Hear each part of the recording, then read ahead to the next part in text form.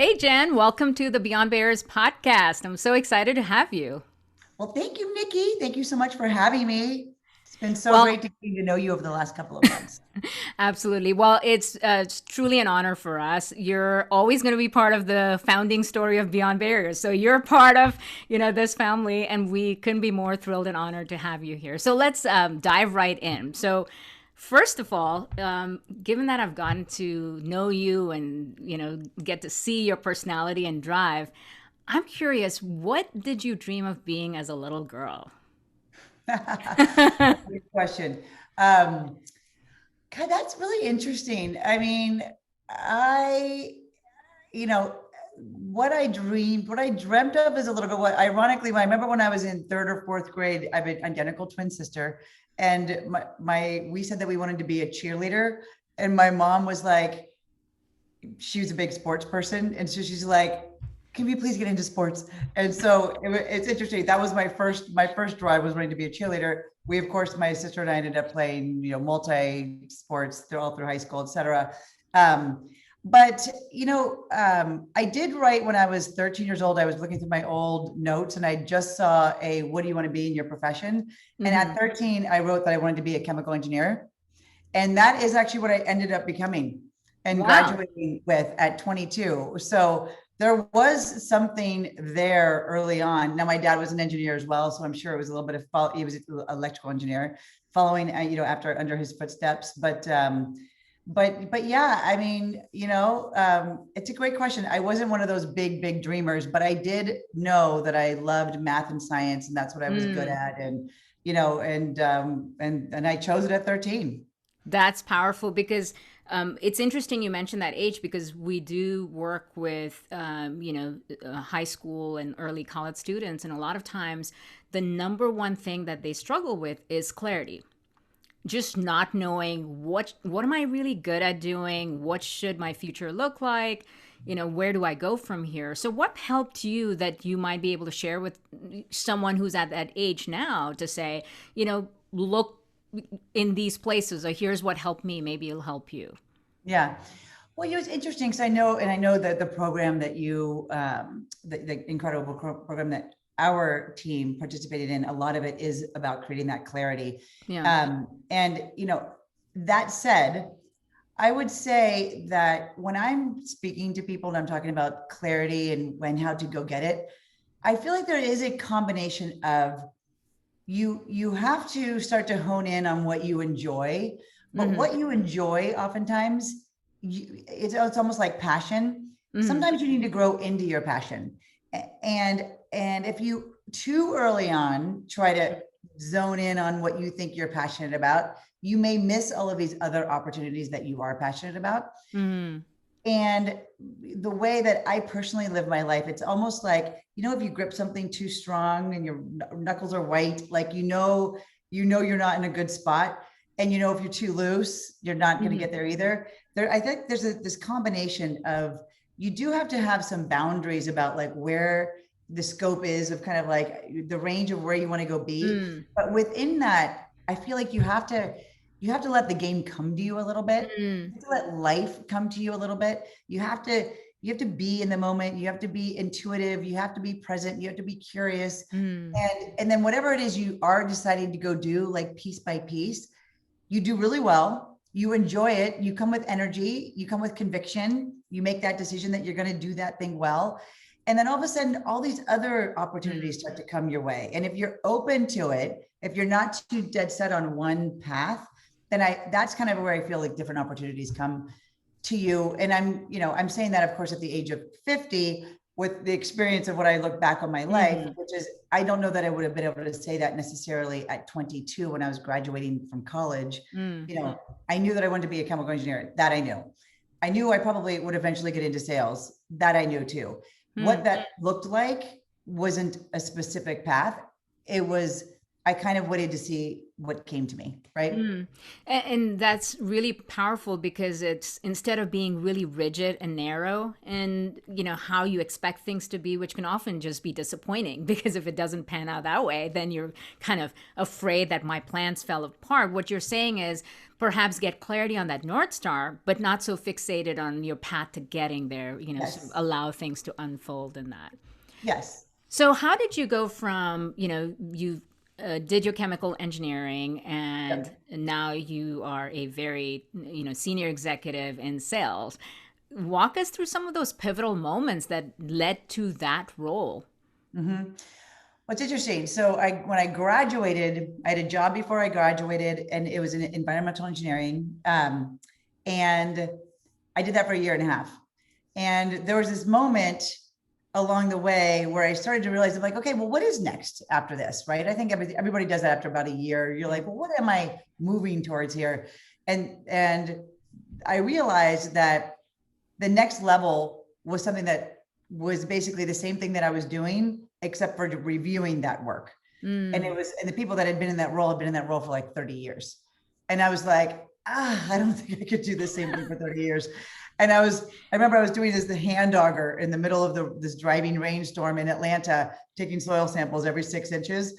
And then I was like, maybe there's another job out there for me. Just maybe. And then coinciding, my boyfriend that had become my husband, who I'd met in college, was still back in San Francisco. I moved to Atlanta with my sister, and we both had actually boyfriends that became our husbands. And we both moved back to the Bay Area. And at that time, it was 1995, which was the height of high tech. And Yes. so it was one of those things where I came back looking for another environmental engineering kind of similar role to something to kind of build off of. But it's kind of like part of that advice I was just giving, that you kind of have to keep your mind open. And there was just technology was just everywhere. And so I got into semiconductors and then eventually into software. Mm-hmm. Well, what's also interesting for people to note as our audience is listening is to keep an eye out for those waves, the trends that are emerging, because sometimes it's being ready to ride that wave that propels you forward, versus going against the grain. It's like you could be the best fax machine salesperson, but it's not going to take you far, right? Exactly. But the skills that you had to use to go sell fax machines are To transferable translate. somewhere Exactly. else, right? And Yeah. so, and that's kind of what I mean about, like, you build skill, whatever you're doing, you build skills, you go 100%. You make sure that wherever you are, you're building a brand where people say Mm. she or he kicks butt and is so good at what they do, the high work ethic, high motor, smart, curious, picks things up, things that you can control, right? Mhm. And that way, no matter what you do next, you have a referral, you have opportunities, et cetera, et cetera. But I am so thankful to get into technology because I did become passionate about it. And I did become passionate about selling, which Mm. I can't say that I was when I first started because I just started it, right? Mhm. But it's one of those things where you come in and you get good at it, and Mhm. you really start to grow and you really start to love the game slows down for you a little bit, right? Right. And that, and then, I would just say, like, then I found a company, Salesforce, after maybe 3 or 4 CRM type of companies. And, who would have known, it was 300 people at the time. It was the first really tech company that was in San Francisco in 2003. And .com was in the name, salesforce.com, in '03, after like the .com bubble burst. And so who would have ever thought that salesforce.com was going to be a successful company? But I knew somebody there. I'd been around CRM, so I Mhm. took it. And then now it's, we're 65,000 people. And I rode, Wow. the 18-year wave, and the Mhm. navigation that all comes with that, and the growth that comes with that, and taking on different roles. But it's been a really fun ride. Absolutely. And the impact you've created has been massive within that because not just in the role you hold, but also in the inspiration you've provided to so many women, not just within Salesforce, but tech and in general. So with that, there's obviously things that were necessary in your life to facilitate, that kind of career and focus. What were some of the pivotal decisions or choices that you had to make that happen? Yeah, well, I mean, it's been, I just did a TED talk, a TEDx talk actually, recently. and it was for UC Davis, which is my alma mater. And so the TEDx talk was really focused on women that were more in the beginning-ish of their career. So we'll say the first 10 years-ish, from college to that. And it was kind of a moment for me to go look back on what were my pivotal moments, right? And kind of how I navigated. And these pivotal moments were more along the lines of of how to, if you want to have a family and a partner in a family, and then you want to have a career, how do you balance those things? But even if you didn't have a family, you still have all these competing things in life, right? As a person, your friends and you and things you want to accomplish outside, you're giving back, the hobbies and work. And it's kind of you could, make this analogous to kind of anything, but I have 5 children. And so for me, there was a lot of deciding and balancing in terms of kind of these pivotal moments as well. And in this TED Talk, one of the things that I talk a lot about is choosing your partner and also choosing to stay in the game are 2 of those things that early on, I mean, I had 2 calls today with 2 mentees that I mentor. One of them just found out she was pregnant, and she was asking me, she's like, I'm just about to get promoted into a management role. And I'm 2 months away from having a baby. Like, do I do it? And I said, look, you got to have the baby first and then see how life, see what life it gives you, right? Play the cards that are kind of in front of you. But I will say, why not? Why not try? You can always take a step back. You just keep kind of like doing more and taking on more and more that you want. And so that was kind of where I kind of came to in my life as well, where I, first of all, I picked the right partner, meaning I had options, right? And so picking that right partner allows you, there's a lot of times, especially in a heterosexual relationship, where there's a man and a woman in a traditional relationship, there's so many times where a woman assumes the role of staying home with the kids. And when you do that, that means way, way, way back, you're making decisions on what your major is in college, what your first job is out of college, what your career path and career choices are, because you're looking for a job where it's not either that important, or you can go have flexibility, but you end up not loving that job. And so what I say is keep pushing on until you can't. And that's kind of been my mantra in life. And even my husband has accused me, I'd say this in my TED Talk, but accused me of being selfish for taking the second line management role when I took that. And I basically that was kind of my first, it was a big pivotal moment for me in kind of owning my path there and saying, you know what, I still have a great relationship with my 5 children, right? I don't have to keep choosing something that I don't want to do, meaning I did want to go take that second line management role. I was feeling it. At first it took me a year and a half to enjoy management, but once I was in it, I really understood the impact that I could have. And so when you look at these pivotal moments, you have to go choose to put the gear forward and figure out a way to make it work. And now in this day and age in 2020, there are so many options for women to be able to make it work, right? Absolutely. To have both. But it all begins with having that drive and desire to do it, because without that, there'll always be a reason why you can't or why you shouldn't. So speaking of that, where does all your drive come from?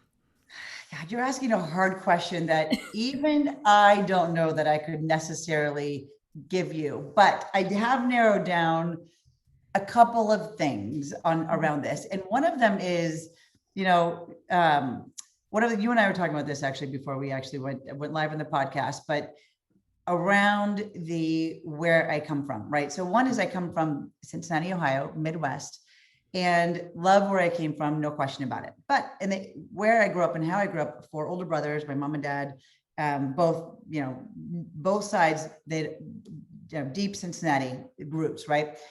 And in general, there is a hierarchy of, men kind of rule and women, the expectations are just lower. And there were things that my sister and I ended up being the athletes of the family. My dad kind of jokes about that. He had 4 boys and then he had to wait for 2 girls to have the athletes, but he spent so much time throwing baseball, football, et cetera, with those boys, my brothers. And it turns out we ended up being the ones he should have been investing that time in. Yeah. And then like, you remember we have Bengals tickets, right? And my sister and I would get maybe some leftover games. My brothers would all get the premier games. And I remember that would just make me so mad. Like there's 6 children in this family. Why are we getting the lower amounts? These are just like little clues that I have in terms of kind of the chip on the shoulder that I have. And my dad doesn't remember this. And I love my dad to death, by the way. I have an incredible relationship with him. And I've actually mirrored his career a lot. But I remember him saying to me once, you shouldn't go into sales because you're a woman and you'll lose in the boardroom because they're all men. Wow.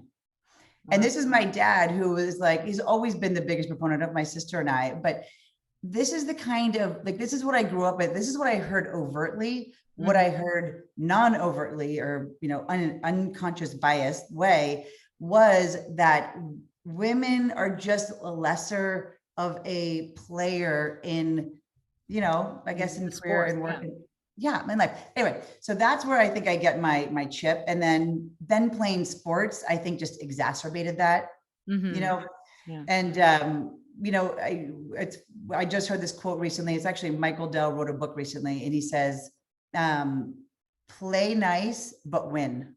And I'm like, and that right there does encapsulate me. Right when I heard it, I just heard it yesterday, and I thought it was an interesting time to bring it up because I knew we were having this podcast as well. But that is exactly what I play nice. I want everybody to win, but I really like to win, right? I hate to lose. And so I think it's just a combination of those two things. Absolutely. And maybe it's the 4 brothers that used to beat me up all the time. That is really funny. But yeah, I mean, I can totally see that when you're in some ways the underdog, or the one that's, underestimated, perhaps, it's how you channel that feeling into something where you want to prove it, but on your terms, can be incredibly powerful. And yes, you've certainly done that. So, being in management, and I recall you sharing the story about, management, motherhood prepares you for management. Tell us that story, because that's a fascinating one that will give perspective to so many moms out there that might question their readiness or ability to be in management.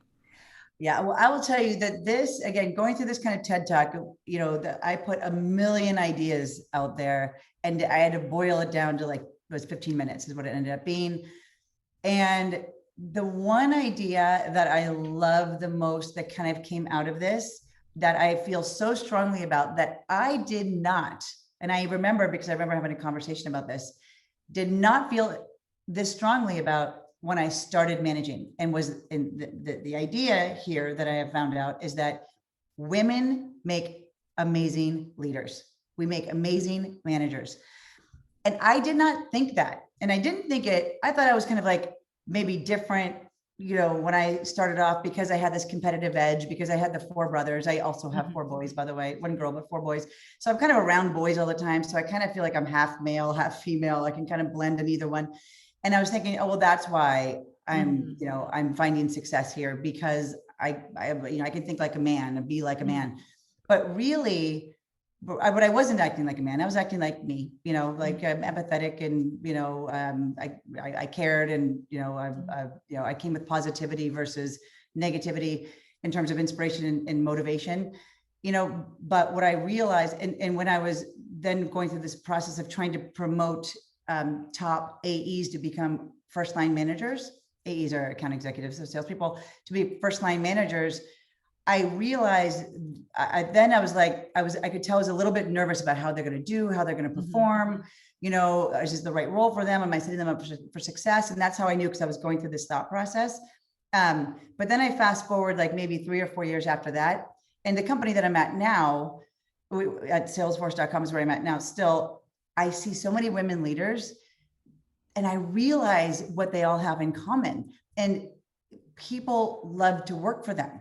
For the most part, I'm generalizing, but 85% of the women that I see make amazing leaders. And it's this innate thing. And to me, maybe because I'm a mother of 5 and one of 6 or something, but I think it's because we have this natural nurturing. And I think we have this natural drive to to build something where we love to be a part of and everybody wins. Mm-hmm. And you can win together. It doesn't have to be, it's not a zero-sum game. Mm-hmm. And we care and we listen. And that's when you want to try to get the best performance out of somebody, when you want somebody to do their best, they need to feel that you are care and want and support the most out of them. And that's how you get the best performance. But And I will say, those, sorry, go ahead. oh, sorry, I was just going to say, I wanted to give the antidote to that too, because not everybody's the best fit on a team either. And you do have to make sure you have the right conversations to get them in a place where they will soar. So it's not like every single person can be amazing on the team. You have to get the right people on the team and then make sure that they're performing at their best, but you also have to get the people onto the right places where they can go perform as well. Right. But it's such a key point about that EQ and the innately human skills that women lead with actually lead to developing stronger leaders on their team, building stronger teams, and then elevating in a really healthy and lasting way. So for anyone that is doubting that, that's your living proof of what is possible when you don't let any of your personal circumstances second guess into what is possible. Yes. And you know what's interesting, and I'll say this because there's always a counterbalance to everything, and the world wouldn't be as good a place if it was only women running it, Right. and it wouldn't be as good a place if it was only men running it. We are amazing together. We are like peanut butter and jelly, right? And I'm going to generalize again here, but you have this, like, men come forward with like with so much confidence and so much conviction and so much, and they think really big and they want to go do huge things, right? Women come with, when we say we're going to do something, I would say that kind of goes on both sides, but women when we are going to do something, we do it really, really well. And we lead with kind of the qualities that I had talked about before. And so what I think about, even for me, when I'm trying to make sure, am I looking at this holistically in the best way? I think about what are those male traits that I want to incorporate into my game, right?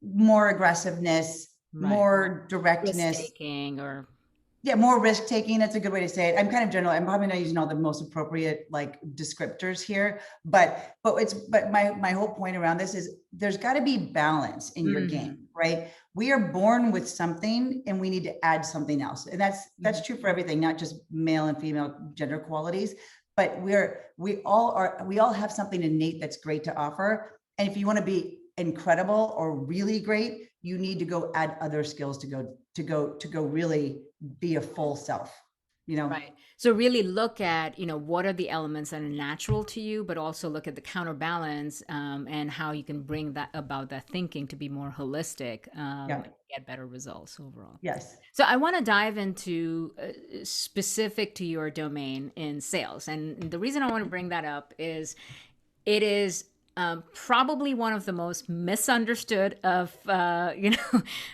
professions, if you will. There's for people that are not in sales, there's that ick factor of, oh my gosh, I could never go. Our salesman, it's hard. It's I don't think I can do it. And yet the reality is, it doesn't matter what you're doing, you're always selling. Whether you're interviewing for a job, you're growing your business, or you want to get a promotion. Everything, even relationships, you have to make the sale. So demystify sales from your perspective, because you've been in it a while, you've had success at a really massive level, and you've got a large team of very successful people. So demystify sales from your perspective. Yeah. Oh my gosh. I mean, first I will just say that, like, I know I've gotten that too, even from my kids early on also. But I will say, there's no job in the company that requires more all-around skill and skills than you have to have in sales, and especially in technology sales, because you need to have EQ and IQ, and you need to be able to navigate your way around, internally, externally. You need to be able to talk about technology in a way that's interesting and applies to the customer. But so that said, so I think there's no better place to be in the company than sales. It's the heartbeat of every company, no company can survive without revenue coming into the company. It is a vital role where you will always have a place and you will always be able to apply your skills somewhere else in terms of how do you bring in revenue to a company so that you can go make the product better, et cetera, et cetera. So that said, I will say, if you're thinking about sales in the way that you're talking about, Nikki, where like when people refer to it like the car salesman or the whatever, that kind of sales is you're trying to sell somebody something that is of no value and you're trying to cheat them out of some money so they can get some money. But what sales really is, it's about joining that interface of a problem that a customer is trying to solve and a challenge that one of our customers is hit, that their jobs are dependent on solving.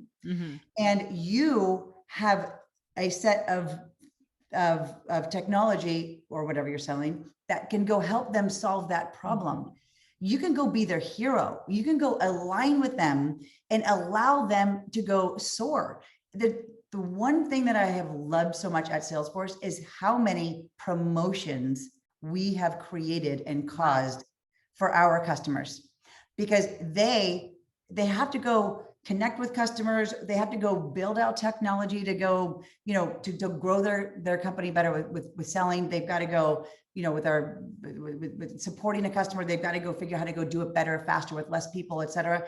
And then we have all of these products that go and help them go do that. And they're making their company better. They're driving revenue, they're saving money, but most importantly, they are having fun in their career because they're achieving what they're supposed to achieve. And we've got, I can't even tell you, we should actually create the trailblazer story around executives that have been promoted. So that's what selling is to me. It is, you're able to go solve people's problems. And the bigger the problems you're solving, the bigger the problem, the more revenue relative to it. And so small problems, big problems, it's the same thing, but there's just more revenue changing hands and because of it. So that's such a beautiful way to put it, that, if you think of it simply as a perspective of helping someone, making their life, their work, their business better, then all you have to do is just understand the problems, listen, and then serve. And exactly. You said it nothing perfectly. more to it. And Exactly. there's a direct correlation between P&L roles, especially with sales, and getting to the C-suite. And that is one of those critical career decisions that oftentimes women don't make at the right stage, sort of not necessarily stepping into those more challenging, numbers driven roles. And it's really unfortunate because it doesn't position you for the top level roles, because majority of the C-level roles, the CEO roles, there is a correlation of P&L responsibility and sales. And so reframing how you think about sales in a positive way, our hope is that more women will actually opt into that and see it as a pathway, not just to make people's lives better, but also for their own career success. Oh my gosh, I will tell you that women in sales, if you combine the IQ of what you're selling with the EQ that we generally naturally have, it's not good. Not everybody has high EQ. I'm definitely generalizing there, but if you combine those two, it is such a powerful mix. It is such a powerful mix. I can even just see all the women that are on my team they're incredible. I love what they go do, and they have a blast doing it. Yeah. It's so much fun. Women make incredible sellers. So what are, from your own experience, not in terms of company roles and responsibilities and profiles, but what intuition have you developed that helps you identify, that winning trait in a potential salesperson? What do you look for? The thing that I have found out in interviewing, we went through this whole process on what traits are we looking for? Okay, if we're looking for these traits, what are the questions that we're asking, et cetera, et cetera. And what I have found, and this is not rocket science, but what I have found is the best predictor of the future is what they've done in the past. So what I really dig into is what are their successes in the past? How have they thought differently? How have they gotten through obstacles? How do they solve problems? How are they resourceful? That's what life is about. No matter if you're in sales, but you get to use that so often in sales, but it doesn't matter what job you're in. Nikki, you've been in so many different roles in your careers, and the people that love to solve problems, Yeah. the people that love to solve problems, those are the people that will find success anywhere. And that's what sales is. So when I'm going in, I will dig into either deals or life moments, or, like you and I were talking about, where does our chip on our shoulder come from, et cetera. You just asked me about that. That's one of my questions is, where do you get your chip? What's the chip on your shoulder? Right. And have them describe that too. But I want the hungry, I want the resourceful, I want the, smart, but you have to have shown it. And again, I'm not interviewing for a straight out of college selling Yeah. in my role specifically. But that said, that doesn't mean you can't kind of ask those same questions about what did you do in college. That kind of would show you, a predictor of the future as well. Yeah. Yeah. I mean, the ability to look at obstacles as something to conquer, as opposed to something that's blocking your path forward, it's really a mindset because, I remember one of my mentors told me once that when I was facing an obstacle, and he said, your problems aren't big enough. You want to get bigger, wish for bigger problems, and then get better than that. And Exactly. it's really that. It's just how you look at problems, and Well, and you know what? It's funny. You actually hear at every interview. I was just listening to the Honeywell CEO Darius. He was just talking about how he was the CEO of an acquired company of Honeywell, and he was just one of like a bunch of top managers. And he went to the CEO at the time and said, "I want a bigger role. I can do more." And he said, "Okay, I'm going to give you my biggest problem." And it was some area that was, I can't remember what the area was, but it was his biggest problem. If you can go solve that, that's your interview. hmm And he said, great. And he went and he figured it out and he solved it. That's what companies want. People that right, go solve problems. It's right, anybody can go walk into a place where there's like, things are just rolling. That's actually when I start to get bored. Like when I'm on a team and we've set it up and it's like, it's on, firing on all cylinders. Then I'm like, okay, what's my next? I want to go fix some more things. yeah. It's much more fun to go do that. So speaking of next, what are you focused on developing next in yourself? As how do you stay current? What's a skill that you feel you need to develop next, and how do you guide other people in thinking about the future? That's interesting that you say that. So just recently, I had like a six what do you call it? Sessions with a life coach kind of guy.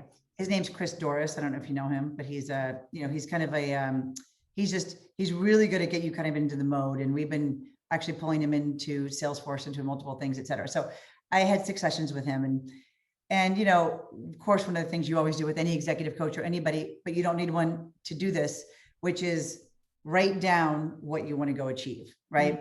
And the good ones, they get you into this mode of just like top line thinking, like open-minded thinking, like motivated, inspired thinking. And then when you're kind of at the peak of that openness, that's when they get you to write down, what are your goals? What do you want to achieve? Yeah. And everybody should do that, whether it's a cup of coffee or it's after a nice like hike in the woods for 3 hours and you're kind of in that nice space. And then you want to really go think about who you want to be. And hopefully you're like, I was talking about Tony Robbins, and life is about, I remember, but Tony Robbins always says that he deals with the people that he helps with the most are the ones that have already achieved their pinnacle and are looking for their next one and haven't ever really thought next to it. And the net of that is life is the journey. It is not the station. Striving, solving problems, getting to a place is life, not the actual getting to a place. Right. So coming back to your question, what am I thinking next? What am I trying to add to my skill set? I kind of looked around at my current company, and we've got an incredible lineup of leaders and presidents, right?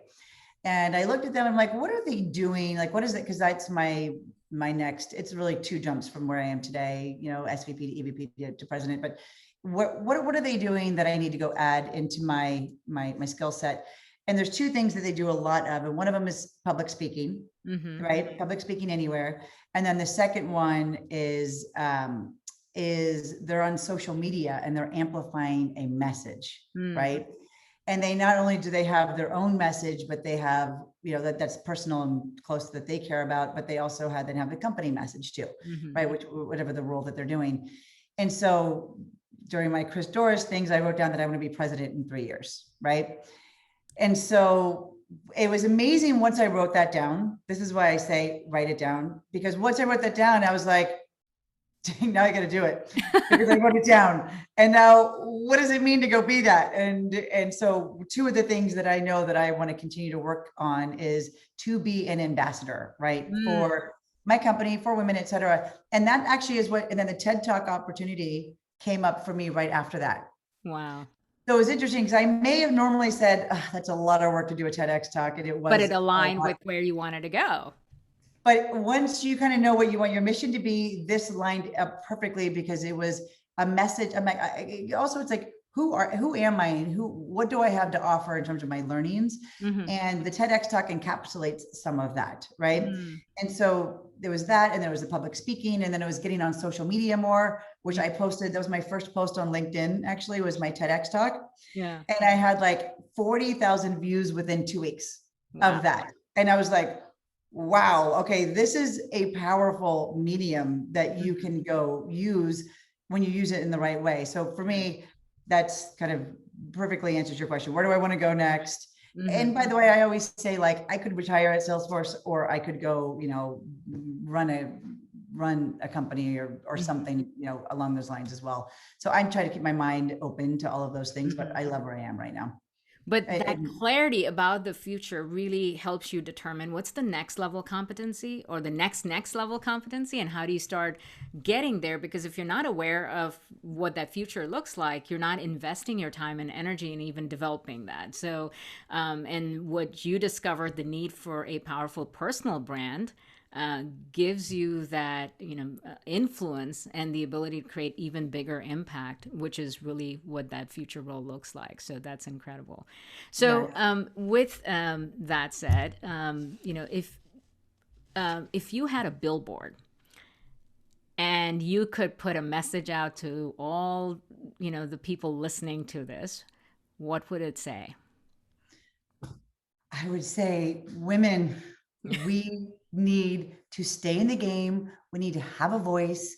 We are incredible leaders, and we need to go be there to go help the next women see what is possible. And we just need to keep staying and believing that we belong, because we do belong. That is the message that I want people to know. And I feel like that is it's already starting to create a flywheel. You already see it. We still need to go up and get to the C level. We need to believe that we can go run companies. We can go take on bigger and bigger things, but everyone all the way up needs to continue to go push up. And it only makes the world a better place, because what happens is men start to take the other half of responsibilities of all of the things and we start to balance out everything in life. That is a powerful message, and something that, is Beyond Barriers' mission, because we always say it's be the change and then pay it forward and develop the next generation. And, it's exactly what you are doing. You're paying it forward in real terms. And, so why do you believe that it's so important for that to happen for women in the workplace, especially in this point in time, in the context of the digital age and the context of all the change that's happening all around us? Well, I mean, it's when you have a seat at it's a seat at the table, when you are in the game, when you are affecting change, that's you have so much more confidence. And when you're confident and you're happy with who you are, then you're able to go spread that on to other people, whether it's your children or your friends or your husband or wife, or, or whoever you're working with. Confidence breeds better things. And if half of us feel less confident or less important in the world, I think it's not overstepping saying that. That's not hyperbolic to say that. Coming back to where I started from, right? If you feel like you're less than, you're not going to go give your best. Everyone should feel like they can go give their best, right? Men and women, right? In both. And more confident. You know, there's, I was part of this TED talk I did, is I saw a stat. If women, if women, if we take certain steps by the year 2030, and we stay in the game and we continue to work, we will add to our GDP by $12 trillion. Yeah. We will add 12 trillion of GDP just by staying. There's actually 28 trillion out there if we actually 50-50 workforce, women, men, women. I don't know that we will always, I mean, maybe we'll get there, I'll knock on wood, but like, just because we bear children, there's always that little something, something. But like, let's just say 40% of us get there, 12 trillion of GDP. Right. And So so this isn't just a nice to have or check the box, it's real economic opportunity and impact. yes, yes. And, you know, you look at what all the stats of more women in the boardroom actually allows companies to perform better. I have seen that firsthand at Salesforce. And I've seen it because Mark forced 30% women in every executive meeting, every management meeting. And because that has started to happen, what you start to see is a balance of ideas and the approach to those ideas. And so you do well and you do good at the same time. And that is kind of a little bit of what that balance is all about. And Yeah. everybody goes home happier. It's you play nice, but win. It's that Yes. too, right? Yes. Yeah, we do. You can do both. It's not win at all costs. And it's, you know, it's not just be nice.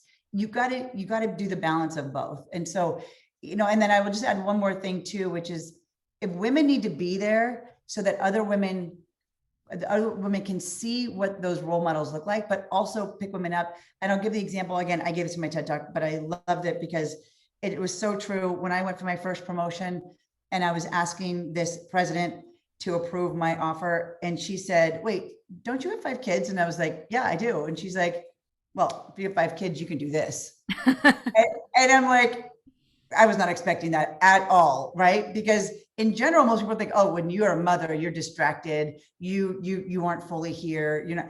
But it takes a woman to realize how hard it is to be a mom and actually how much better we are because we've been a mother, right? And Yes. so that's the kind of thing where you just need that balance, right? That is such an inspiring message. And I especially love that you can be nice and win, which is absolutely because it's natural for us to be nice, but you can focus on winning and not opting out before you need to. So, Jen, thank you so much for sharing your story and all of the inspiring and actionable advice. This has been a fantastic conversation. I'm excited for all of our audience to tune in and to learn from you. And we're going to be rooting for you to get to president in less than 3 years. So, Thank you, Nikki. I may need your help. absolutely. Nikki, thank you so much. And thank you for everything that you're doing to get your 1 million women into Advancing powerful in leadership. positions. Thank you Yes. for being our client and such a huge supporter. Couldn't be more grateful. Yes. Cheers.